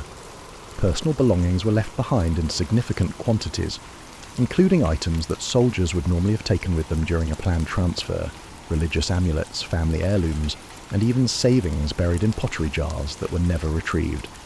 Perhaps most significantly, recent excavations have uncovered evidence of hasty modifications to the fortress's defences during this period. New walls were built using recycled stone from demolished buildings, gates were narrowed and reinforced, and additional watchtowers were constructed within the fortress itself. These aren't the actions of a confident garrison preparing for routine transfer, but of soldiers expecting attack. The pattern of abandonment extends beyond York to numerous smaller installations throughout northern England. At sites like Moulton, Bro-on-Humber and Piercebridge, archaeological layers from the early 2nd century show similar evidence of rapid departure, cooking fires left to burn out, storage areas hastily emptied, and defensive positions that were deliberately dismantled to prevent enemy use. The geographical distribution of these abandonments suggests a coordinated withdrawal from advanced positions rather than the random pattern we might expect from gradual attrition. DNA analysis of human remains from this period has provided another piece of the puzzle. Skeletal remains from Roman cemeteries in northern England show a significant increase in violent deaths during 110 to 120 CE, with weapon wounds becoming far more common than in earlier periods. More intriguingly, isotope analysis of teeth and bones reveals that many of these individuals were recent arrivals in Britain, consistent with emergency reinforcements rushed north to replace mounting casualties. The evidence from Scotland is equally revealing. Intensive archaeological surveys using LiDAR technology have identified numerous previously unknown Roman installations throughout the southern Scottish Highlands. These weren't the major fortresses that appear in historical accounts, but smaller signal stations, supply depots, and temporary camps that suggest extensive operations in supposedly unconquered territory. Radiocarbon dating of organic materials from these sites reveals a pattern of occupation that closely matches the period of the 9th Legion's disappearance. Many show evidence of violent destruction around 115 to 120 CE, with burned timbers and scattered military equipment, suggesting coordinated enemy attacks. The distribution of these sites implies that Roman forces were operating far deeper into Scotland than traditional histories suggest, and that their withdrawal was neither voluntary nor orderly. Environmental archaeology has added another dimension to our understanding. Pollen analysis from sites throughout northern England and southern Scotland shows significant ecological changes during the early 2nd century. Areas that had been under cultivation for decades reverted to woodland, while highland regions show evidence of increased human activity consistent with refugee populations fleeing lowland areas. These environmental changes paint a picture of widespread social disruption that extended far beyond military operations. The Roman conquest of Britain had created complex networks of alliance and trade that linked tribes from the Scottish Highlands to the English Channel. The collapse of these networks, suggested by the archaeological evidence, would have affected thousands of people and fundamentally altered the political landscape of northern Britain. Recent discoveries at Hadrian's Wall itself provide additional context for the 9th Legion's disappearance. Excavations at key fortresses like Halsteads and Birdoswald have revealed construction techniques and architectural features that suggest they were built not just as frontier defences but as refuges for populations retreating from areas further north. Underground storage areas, expanded medical facilities, and residential quarters designed for non-military personnel all point to a defensive strategy based on consolidation rather than expansion. Perhaps most intriguingly, several sites along Hadrian's Wall have yielded inscriptions and graffiti that appear to reference the 9th Legion. Individual soldiers carving these informal commemorations into stone instead of official monuments reveal the way their contemporaries remembered the Legion's disappearance. The 9th's fate was known to the garrison troops who replaced them as the Lost Brothers, and those who went north imply.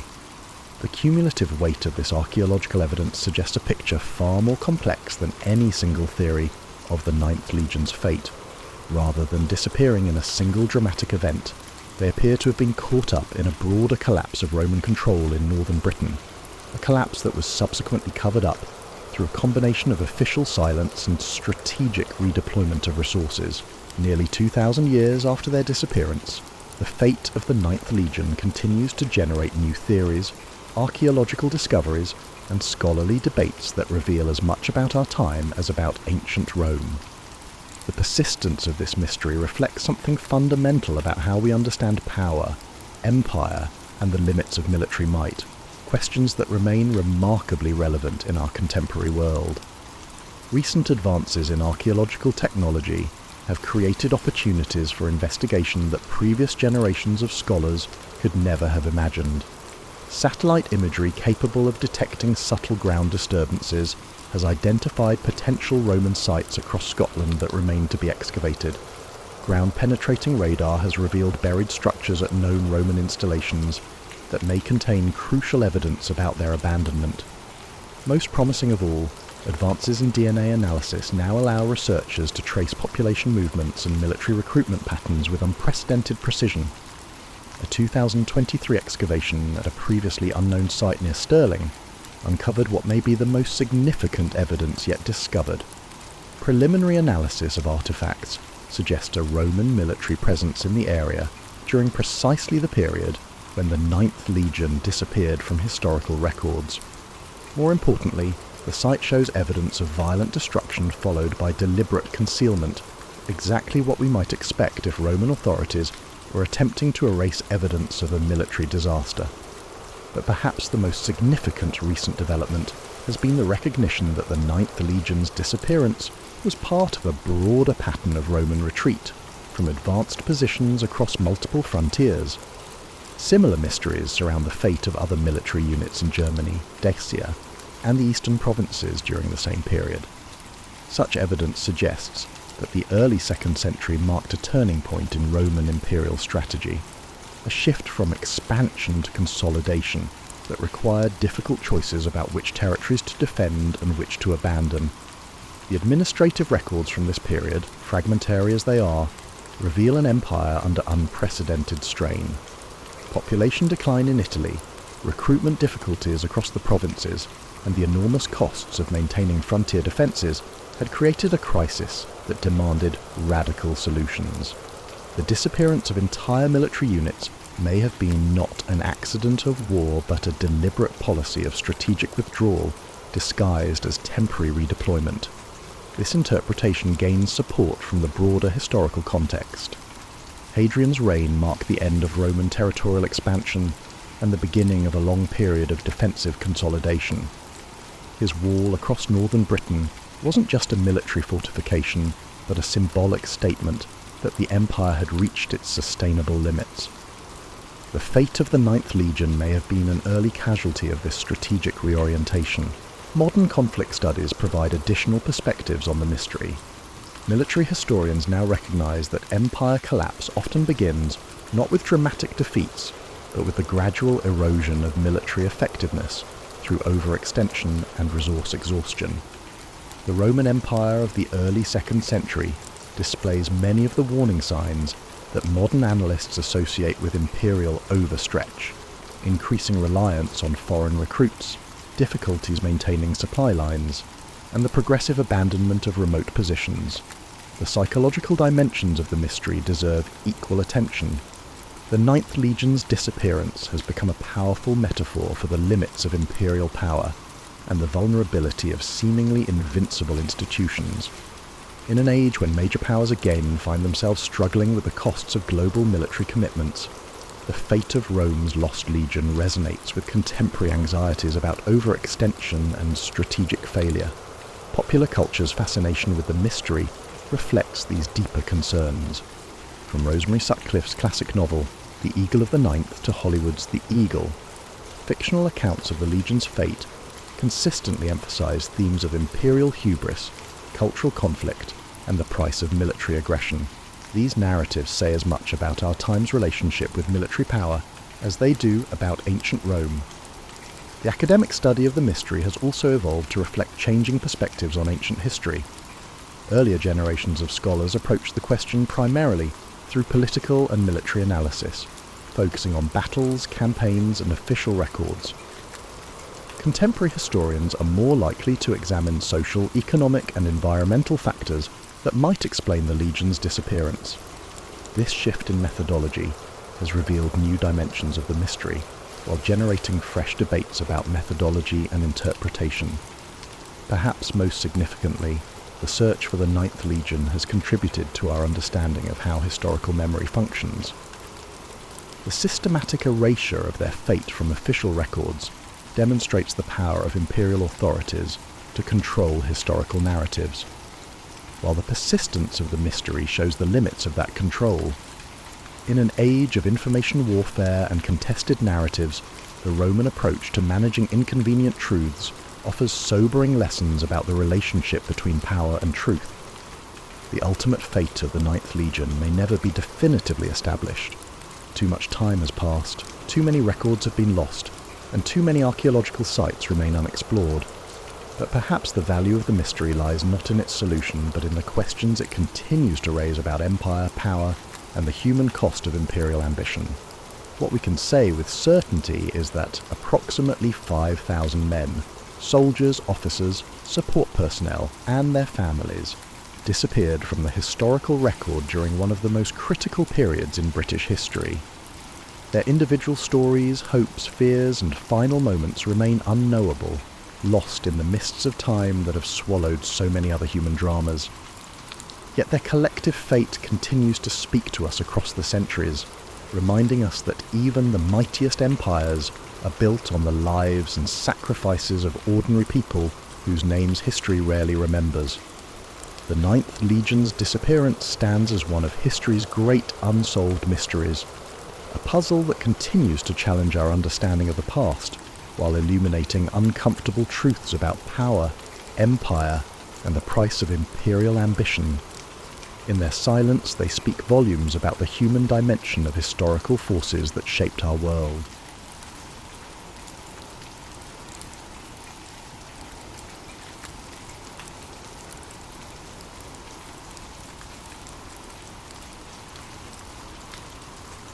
You're settling in for the night, maybe with a cup of chamomile tea or that last bit of wine from dinner, and your mind starts wandering to one of history's most frustrating puzzles. Not the kind that keeps you up staring at the ceiling, more like the kind that makes you feel pleasantly drowsy, while your brain does that gentle tumbling thing it does when it's processing something intriguing but not urgent. The lost colony of Roanoke. Over the years, you've likely heard fragments of information about the lost colony of Roanoke, perhaps seen a documentary about it, or come across a mention in some historical fiction. But there's something deliciously unsettling about the whole thing that makes it perfect for this quiet moment before sleep. Not scary, unsettling. More like the feeling you get when you realise you've misplaced your reading glasses, and then spend 10 minutes looking for them while they're sitting on top of your head. Picture this. It's 1587, and you're part of a group of English settlers heading to what would eventually become North Carolina. You're probably wearing uncomfortable clothes, your teeth could use some serious dental work, and the boat ride has been exactly as pleasant as you'd expect from a 16th century ocean voyage. But you're hopeful. You're starting fresh in a new world, building something from scratch, maybe leaving behind some drama or debt or just the general stuffiness of Elizabethan England. Your leader is a fellow named John White. Not the most charismatic name in history, admittedly, but he seems decent enough. He's actually an artist, which is rather sweet when you think about it. Rather than a stern military leader, you have someone who observes the way light interacts with water, and likely enjoys sketching birds in his free time. White has been to this area before, so he knows the territory, sort of. Well, he thinks he does. The plan is straightforward. Establish a colony, grow some crops, trade with the local Croatoan people who seem reasonably friendly, and eventually create a thriving English settlement. Simple enough, right? You've brought families this time, men, women, children, even a pregnant woman named Eleanor, who happens to be John White's daughter. This is not an expedition filled with soldiers and fortune seekers. This town is meant to be a real community, with people planning to put down roots and build actual lives. And for a little while, things go okay. Not great. Nothing ever goes great when you're essentially camping in the wilderness while trying to construct civilization from scratch. But okay, you build some houses, plant some gardens, and meet some neighbours. Eleanor gives birth to a little girl named Virginia Dare, who becomes the first English child born in North America. There's something both hopeful and slightly ominous about that distinction, though you don't know it yet. But then problems start cropping up, the way they always do when people are stressed and living in close quarters with limited resources. Food supplies are running lower than expected. Some of the neighbouring indigenous groups are less welcoming than hoped, partly because previous English visitors hadn't exactly been model guests. There are misunderstandings, tensions, and the occasional skirmish. Nothing catastrophic, but enough to make everyone a bit jumpy. John White finds himself in an impossible position. The colony needs supplies, food, tools, medicine, all the things you can't exactly improvise in the wilderness. Someone has to go back to England to get help, and the leader is obviously him. But leaving means abandoning his daughter and brand new granddaughter. along with everyone else who's counting on him. It's the kind of decision that would give anyone stress dreams. Stay and watch everyone slowly starve, or get picked off by various dangers, or leave and hope you can make it back before something terrible happens. White chooses to leave, promising to return as quickly as possible with supplies and reinforcements. As his ship disappears over the horizon, you're left standing on the shore with about 115 other colonists, watching your lifeline sail away. The ocean looks huge suddenly, and England feels very far away. But you're committed now. This is home, for better or worse. You settle into a routine of sorts, tending crops, maintaining buildings, and trying to establish better relationships with your neighbours. Days pass, then weeks, then months. Winter comes and goes. Spring arrives. You keep expecting to see ships on the horizon, but the horizon remains stubbornly empty. One day you come to a startling realization. John White has been gone for nearly 3 years. Where is he? 3 years. You've been counting because it helps maintain the illusion that time is still moving in a predictable way, that there's still a connection to the world you came from. 3 years since you watched John White's ship disappear, taking with it your main link to supplies, reinforcements, and news from home. At first, everyone had reasonable explanations for the delay. Ocean voyages were unpredictable. Storms, pirates, navigation errors, and mechanical problems. Ships sank with depressing regularity in those days. Maybe White's vessel had been damaged and needed extensive repairs. Maybe he'd had trouble convincing investors to fund a return voyage. Maybe Queen Elizabeth had other priorities. There were always wars or political crises or economic troubles that could divert attention and resources. You'd developed little rituals around watching for ships. Someone would climb the tallest tree each morning to scan the horizon. Others would take evening walks along the beach, squinting at distant clouds that might, from the right angle and with enough wishful thinking, look like sails. Children made games of it, competing to be the first to spot the rescue ships that never came. But as months stretched into years, those hopeful habits began to feel hollow. The morning tree climbing became less frequent, then stopped altogether. Beach walks continued, but more for exercise and contemplation than for ship spotting. The children found other games. During this endless waiting period, you've learned things about yourself and your fellow colonists that you never expected to discover. You've learned that Margaret Harrison has an absolutely filthy sense of humour when she thinks no one important is listening. You've discovered that Thomas Cooper, who seemed like such a practical, level-headed fellow back in England, becomes completely irrational when he can't find his favourite hammer. You've watched Eleanor White Dare transform from a nervous new mother into someone who could probably run a small government if necessary. The colony has developed its own rhythms, its own internal politics, and its own little dramas and alliances. People have paired off, broken up, reconciled, argued over garden boundaries, shared recipes, borrowed tools, and gossiped about each other's laundry habits. It's become a real community, which is both comforting and slightly tragic under the circumstances. Your relationship with the Croatoan people has evolved too, though it's complicated. Some individuals have been genuinely helpful, sharing knowledge about local plants, weather patterns, and seasonal changes. Others remain suspicious or hostile, and you can hardly blame them. Your presence represents a permanent change to their world, whether you intended it or not. The language barrier creates endless opportunities for misunderstandings, some amusing, and others less so. You've learned to recognize certain words and phrases, and developed a basic vocabulary of gestures and expressions that help with simple communications. But nuanced conversations remain nearly impossible, which means you're never quite sure where you stand with your neighbours. Food has become an ongoing source of low-level anxiety. You've learned to eat things you never imagined consuming, roots, berries, and various aquatic creatures that look like they belonged in a medieval bestiary rather than on a dinner plate. Some of these discoveries have been pleasant surprises. Others have been less pleasant. You've developed a healthy respect for the trial and error process of identifying edible plants, especially after Thomas Cooper's unfortunate encounter with what everyone now refers to as the incident with the purple berries. The seasons have become more meaningful than they ever were back in England. You notice changes in daylight, temperature, and weather patterns with the intensity of someone whose life actually depends on such things. You've learned to read the sky, to predict storms. and to recognize the subtle signs that indicate when to plant, when to harvest, and when to prepare for winter. Your sleeping patterns have changed too. Without candles to waste or oil lamps to maintain, you've fallen into a rhythm that follows natural light more closely.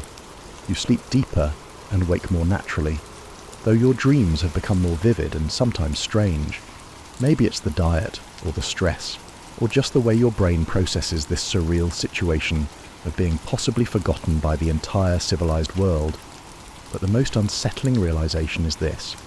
You've stopped talking about when the rescue ships arrive and started talking about if they arrive. It's a small change in language, but it represents a massive shift in thinking.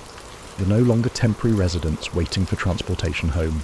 You're permanent settlers who may never see England again.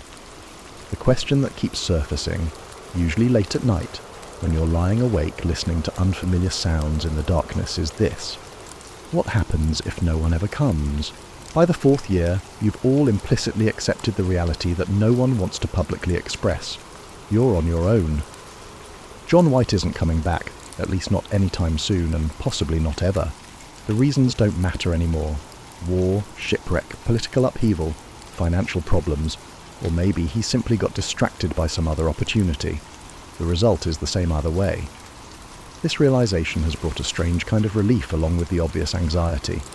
The waiting is over. Certainty about abandonment has replaced the uncertainty about rescue, and working with certainty, even unpleasant certainty, is easier than endless hope. You can make plans now, real plans, instead of just marking time until someone else solves your problems. The colony's leadership has shifted subtly but noticeably. Without an appointed governor, decisions get made by consensus, argument, or sometimes just by whoever feels strongly enough about something to take charge. Eleanor White-Dare has emerged as a natural leader, partly because she's John White's daughter, and partly because she's simply adept at organising people and resources. Her daughter Virginia, now a walking, talking 4-year-old, has become everyone's child, a living symbol of the colony's commitment to staying put. You've also had to confront some uncomfortable realities about your situation. Food security remains problematic. You've learned to cultivate local crops and preserve seasonal abundance, but you're always one disastrous harvest or severe winter away from serious trouble. The indigenous neighbours continue to be unpredictable, sometimes helpful, sometimes hostile, always operating according to social rules you don't fully understand. Your housing situation has evolved from temporary shelters to more permanent structures, but permanent is relative when you're working with local materials and limited tools. Roofs leak, walls warp, and foundations settle in unexpected ways. Everything requires constant maintenance, which might be normal for colonial life, but it feels particularly precarious when you realise there's no possibility of ordering replacement materials from England. Medical care has become a community responsibility handled by a combination of folk remedies, trial and error, and prayer. Margaret Harrison turned out to have a knack for healing, probably based on knowledge she'd picked up from her grandmother back home, combined with careful observation of what works and what doesn't. But serious injuries or illnesses remain terrifying because there's no doctor, no pharmacy, and no hospital within several thousand miles. The psychological adjustment has been harder than the practical challenges. You've grieved the life you left behind, not just the people and places, but the assumptions about how the world works.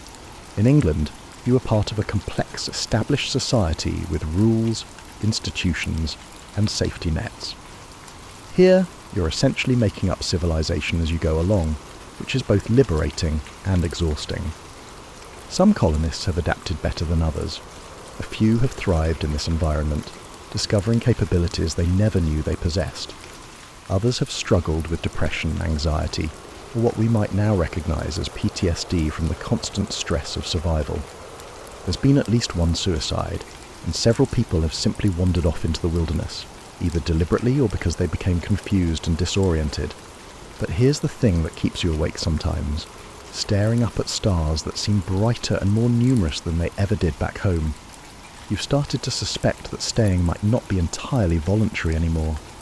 You've evolved in ways that could make reintegrating into English society challenging or unfeasible, not due to any external force holding you captive.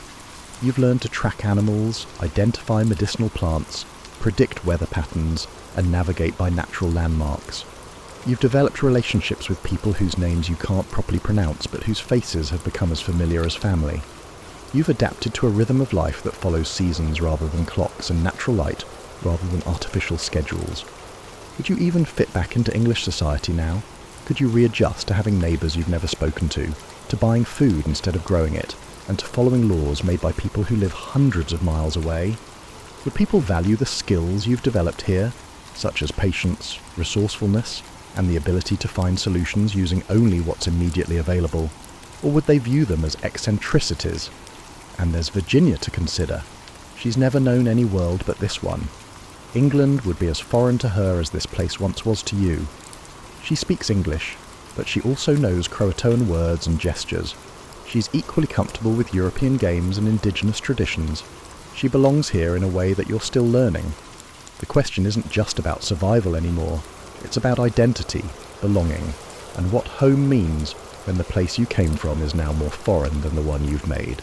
But the alternative, staying put and hoping tensions resolve themselves, feels increasingly unrealistic. There's been talk of violence, rumours of coordinated action against the colony, reports of weapons being gathered, and alliances being formed. You don't know how much of this is accurate intelligence and how much is anxiety-fueled speculation, but you can't afford to assume the best-case scenario. The decision gets made gradually, then suddenly. Someone suggests that advanced scouts should visit Croatoan Island to assess the situation and begin negotiations. Someone else volunteers to start organising supplies for a potential move. A third person begins making lists of what's essential and what can be left behind. Before anyone officially declares that the colony is relocating, everyone's acting as if the decision has already been made. You find yourself caught up in the strange energy of dismantling a life you've spent years building. Possessions get sorted into piles. Absolutely necessary, probably useful, would be nice to have and might as well leave it. The process is both liberating and heartbreaking. You're shedding not just objects, but attachments, memories, the physical evidence of your attempts to create permanence in an impermanent world. Some colonists are handling the transition better than others. A few seem almost excited about the prospect of starting fresh somewhere new, treating it as an adventure rather than an evacuation. Others are clearly struggling with what feels like another abandonment, another failure to establish the stable community they'd hoped to create. There's grief mixed with the practical preparations, a sense of loss that nobody wants to dwell on, because dwelling on it might make the necessary action impossible. The children are adapting with a resilience that children somehow manage to summon for situations that would break most adults. Virginia Dare, now approaching her 5th birthday, treats the whole thing as an elaborate game of packing and unpacking, helping to sort items while chattering about the boat ride and the new place where they'll live. Her cheerfulness is both encouraging and slightly devastating. As departure day approaches, you realise you're about to become part of one of history's great mysteries, though you have no way of knowing that yet.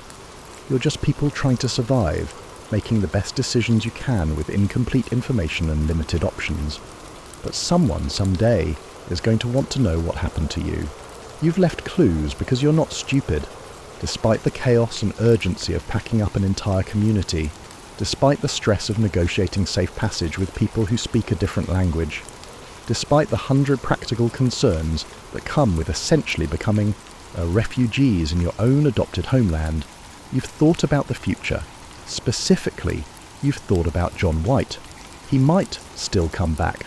Probably not, but possibly, and if he does, he's going to find an empty settlement with no indication of what happened to the people he left behind. That would be cruel, leaving him to imagine the worst: massacre, starvation, disease, or some other catastrophe that wiped out his daughter, granddaughter, and everyone else he'd sworn to protect. So, you've left messages. It's not just you alone, but a team of individuals collaborating to guarantee that any potential searchers will discover solutions rather than merely enigmas. The most obvious message is carved into a post near the fort. Croatoan. It's simple, clear, and should be understandable to anyone familiar with the area.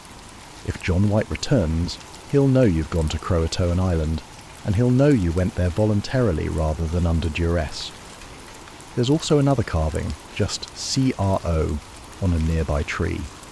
We added this one partly as a backup, and partly because Thomas Cooper became enthusiastic about the carving project and wanted to contribute his own handiwork. It's less informative than the main message, but it reinforces the direction you've gone. The plan was to include more detailed information, perhaps a letter left in a waterproof container, or additional carvings explaining the circumstances of your departure. But time ran out faster than expected.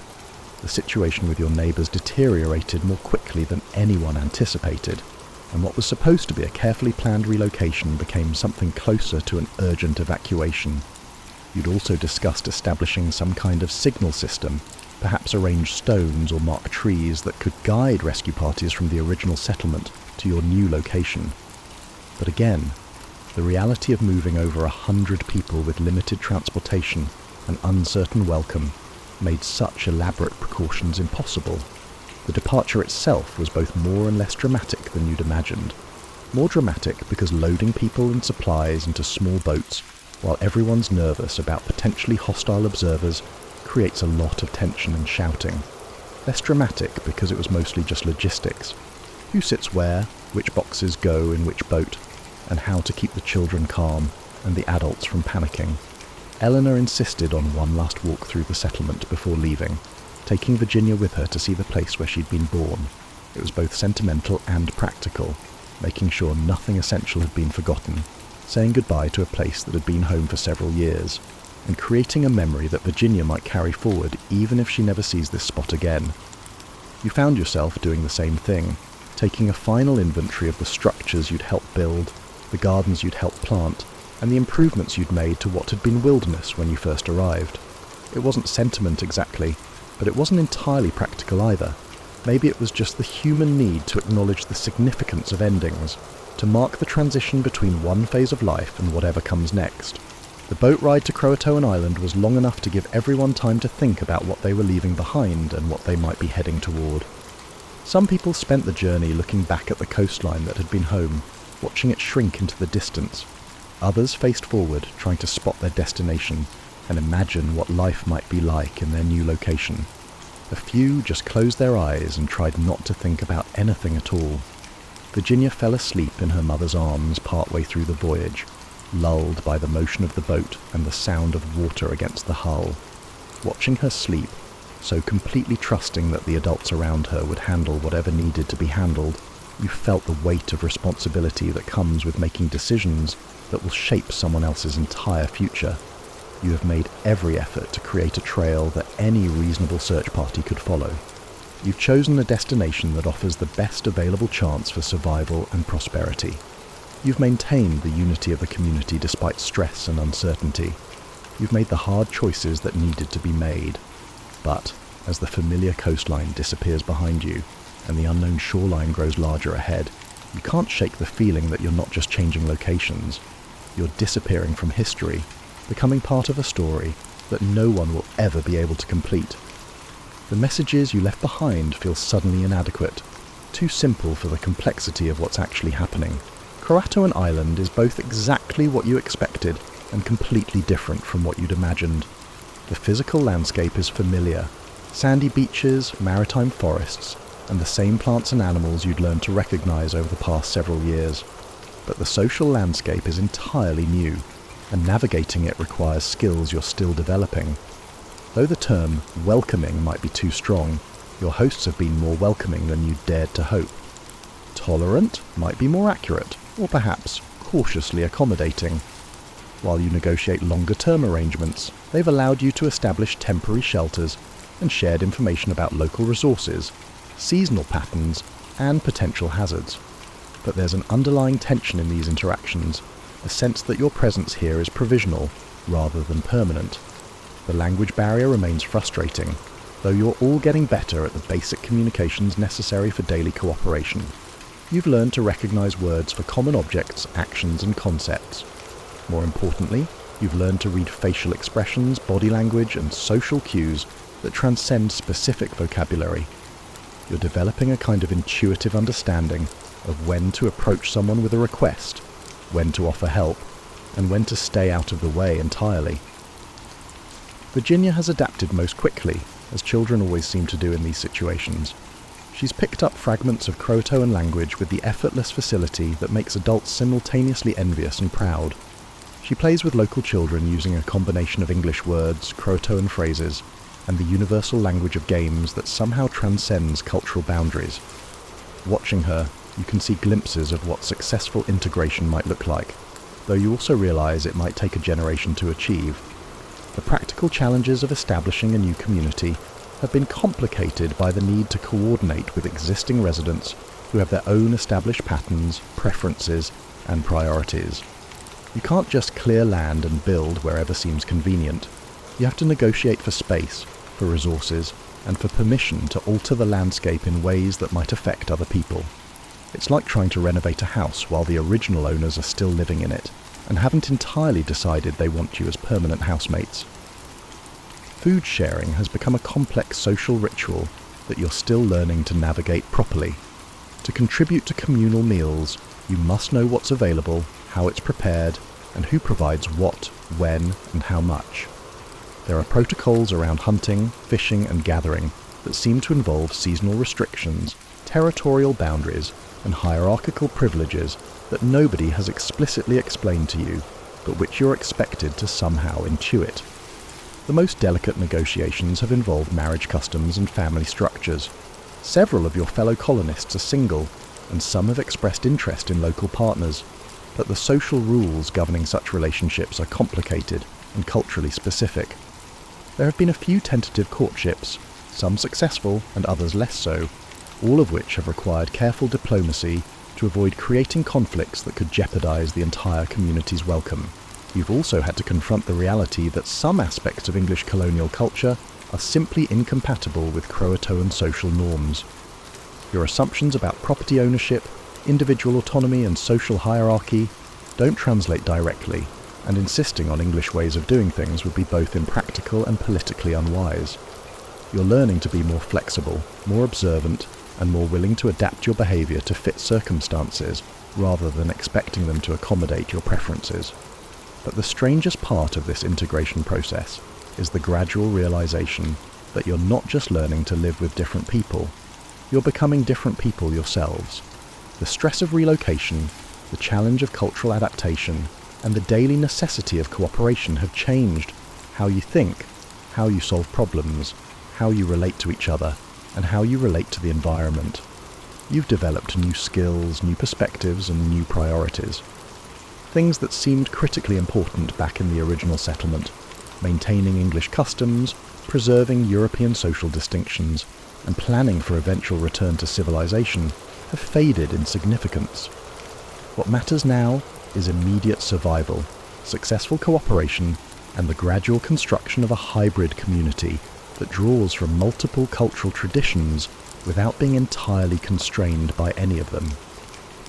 Late at night, lying in your temporary shelter listening to unfamiliar sounds and familiar voices, you sometimes wonder if the person you're becoming would be recognizable to the person who first arrived in the new world. You've traveled not just geographically, but also culturally, linguistically, and perhaps even psychologically. You're becoming someone new, someone who exists in the spaces between established identities.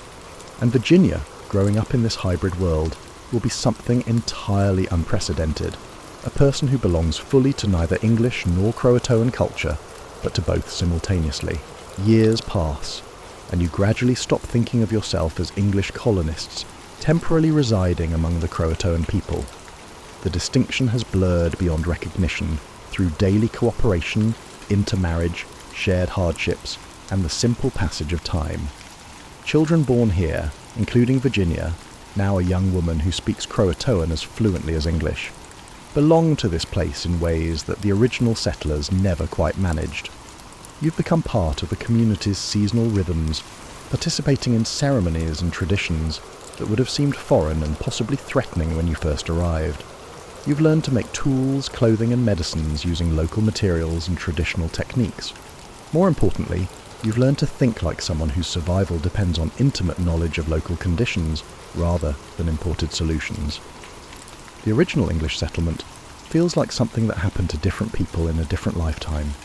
when you occasionally think about John White, or wonder whether any ships ever return to look for you, it's with the detached curiosity you might feel about historical events that don't directly affect your current life. The emotional urgency of rescue has faded, replaced by the more immediate concerns of the community you've actually built. But lately, you've been having conversations, quiet, private conversations, about visibility and invisibility, about what it means to vanish from one world while becoming part of another. Some of the older colonists are concerned about the stories people will tell about your disappearance and the assumptions they will make about your fate. The idea that people who never knew the truth might interpret your successful adaptation as failure or tragedy is unsettling. Virginia has started asking questions about her origins, about the English grandfather she never met, and about the difference between the family she was born into and the family she's grown up with. Her questions stem not from dissatisfaction with her current life, but rather from the innate human curiosity about identity and belonging. She wants to understand not just who she is, but how she came to be who she is. These conversations have made you realise that you've become custodians of a story that will probably never be told accurately. The people who might someday investigate your disappearance will have access to the carved messages you left behind, but they won't have access to the complex social, political and personal factors that made relocation necessary and integration possible. They'll find mystery where you experienced practical problem solving. You've also realised that the very success of your adaptation makes your story less visible to outside observers. If you'd all died dramatically, there might be obvious evidence, bones, abandoned belongings, signs of conflict or disaster. If you'd maintained a separate English community, there might be recognisable cultural artefacts, architectural remains, or other traces that clearly indicated European presence. But by integrating successfully, you've essentially disappeared into the existing cultural landscape. Your children and grandchildren will carry forward fragments of English language, customs and knowledge, but these will be woven into a larger cultural fabric that wouldn't necessarily be recognised as having European origins. A few words, some techniques for working with metal or preserving food, and stories about places across the ocean might persist for generations, without anyone recognising them as evidence of the lost colony's fate. Sometimes, lying awake in the quiet hours before dawn, you imagine future historians puzzling over your disappearance. They'll have theories: disease, massacre, starvation, failed attempt to return to England. They'll analyse the carved messages, search for archaeological evidence, create elaborate explanations for what seems to them like an inexplicable vanishing. They'll never consider the most mundane and most profound possibility, that you simply became part of something larger than yourselves. The irony is that your story isn't really mysterious at all, at least not from the inside. You made rational decisions based on available information and circumstances. You adapted to survive, cooperated to thrive, and integrated because separation was neither practical nor desirable. You became invisible to history precisely because you became visible to your neighbours, accepted by your community, and successful in ways that don't leave obvious traces for future archaeologists to discover. But you understand now that mystery isn't always about what's unknown. Sometimes it's about what's unknowable from the outside, what can only be understood through lived experience rather than historical investigation. You've become part of a story that can't be solved like a puzzle because it was never broken in the first place. As you drift towards sleep, lulled by familiar sounds from a world that's become truly home, you find yourself hoping that somewhere, somehow, the people who wonder about your fate will eventually realise that the best possible ending to any story about lost colonists is that they were never really lost at all. They just found something better than what they were looking for.